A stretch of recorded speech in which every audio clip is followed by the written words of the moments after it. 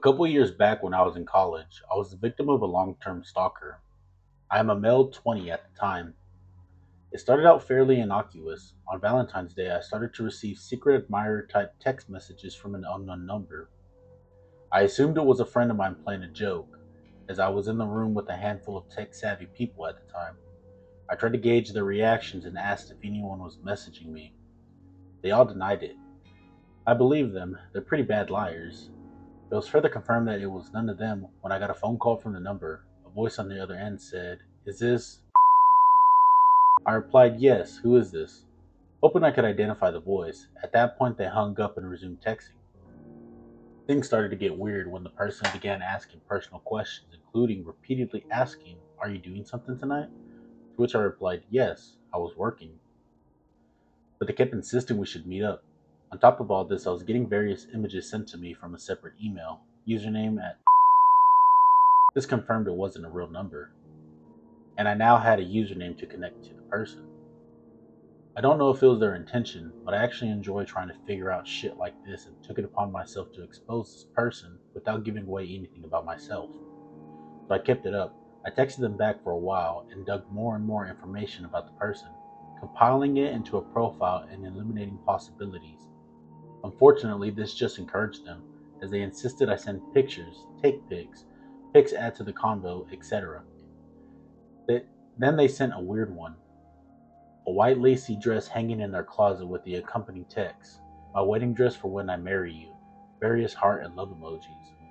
They continued to pry about where I was going to be that evening, and I still refused to give details. They dropped where there were going to be a party on campus that night. I couldn't go regardless, I was working. Then I got another bombshell. They asked if I lived in apartment 68, which I did. I recognized the style of apartments they were in based on a picture from earlier, so I decided I'd throw a curveball. "You live in this complex, right?" "What? How do you know?" "I recognize your door." All the shitty apartments had the same color door frame, which was visible in the edge of the pictures they sent. The conversation kind of fizzled out here. I didn't go to the party and didn't get any more texts. Fast forward to October. Following school year, I was a senior and busy as fuck. One evening, I got a text from an unknown number. "Is this?" So I played dumb, pretended like I wasn't freaking out that after many months this person was contacting me again, and I still hadn't figured out who it was. These questions were instantly more personal and really weirded me out. Don't ruin the fun. Not knowing who I am is part of the mystery. I won't tell you who I am, not now. Too much to lose. I don't want you to know. Not because I'm being cruel. It's just better if you didn't know. Pretty tired of this shit and trying to work, but I do want to see if I can pick out any more details, so I'm doing the bare minimum to keep this going. This December, at the end of the semester, they proceeded to call me multiple times. I denied every call, but they kept coming. I think there were 14 calls that night. I turned my phone off. The following week, I was in the class I TA'd. Students were presenting their final work on the projector, and I had queued multiple tabs on the projection computer. Two different students had work on Google Drive.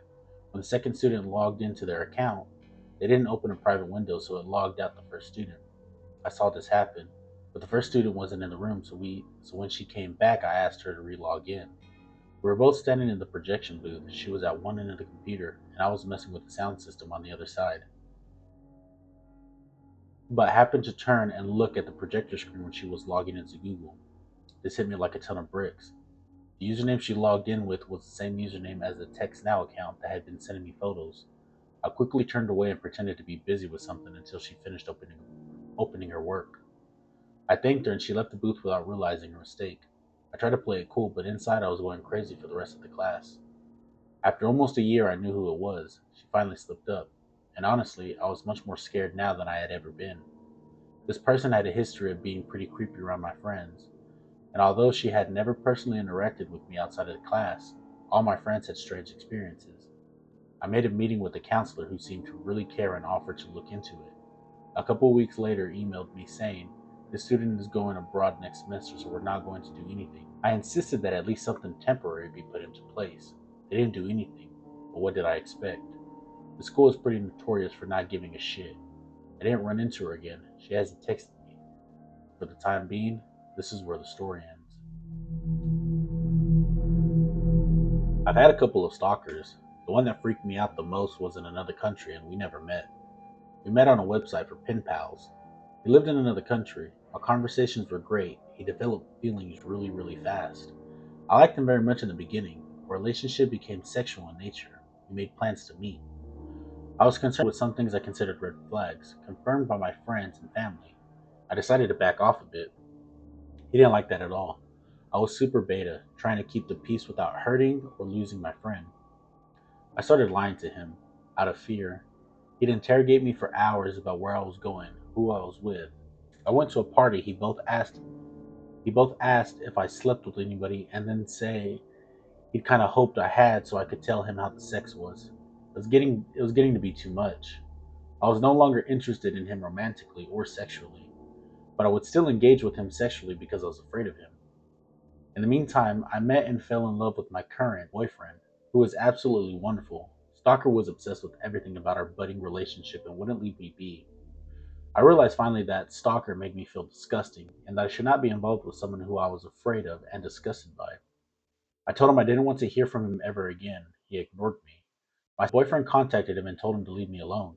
He tried to interrogate my boyfriend about the nature of our relationship, but my boyfriend shut him down.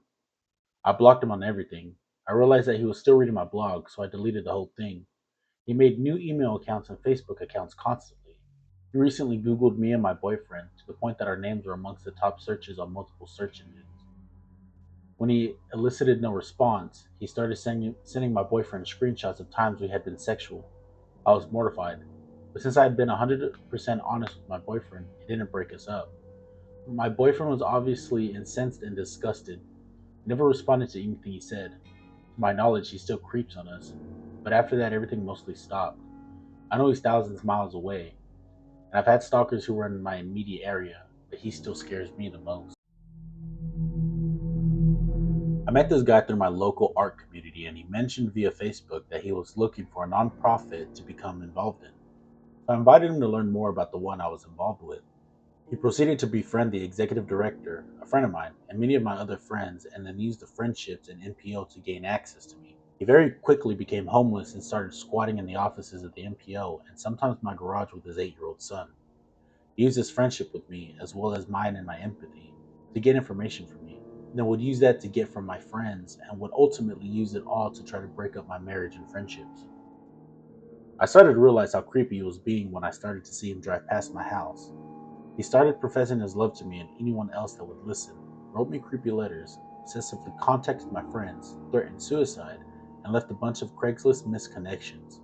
He wouldn't listen to any of my back off messages, and the NPO refused to kick him off the board. In the meantime, I was getting deeper and deeper into Buddhism and was preparing to take a set of important vows. He learned about the vows, looked them up, and learned that one of them essentially was to never turn away from somebody who came to Buddhism and asked for my help. So he joined my temple. I told him it made me uncomfortable, and he reminded me of my vows and told me he didn't care how it made me feel. That was when I told him that if I ever saw him at my home or temple again, I would get a restraining order, and I told him to never contact me again. He tried to convince everyone I was crazy and that he was really a Buddhist now, but I had already warned the clergy at the temple.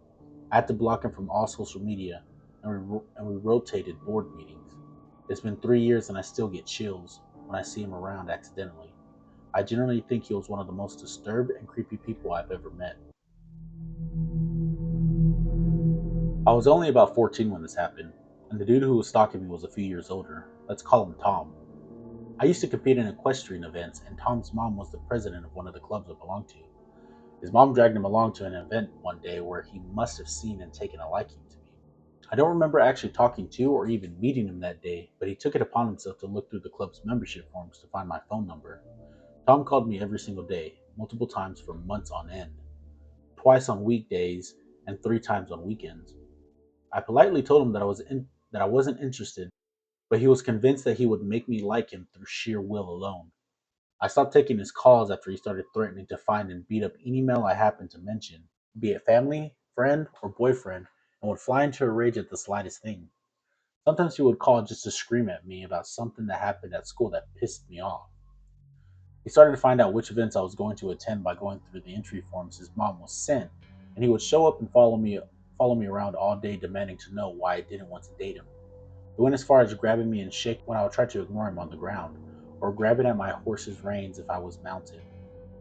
My mom and I asked Tom's mom to stop bringing him to events as I was starting to get scared, and she accused me of leading him on and acting like I was too good for her boy, when I should be considering myself lucky that someone like him would even look twice at someone like me.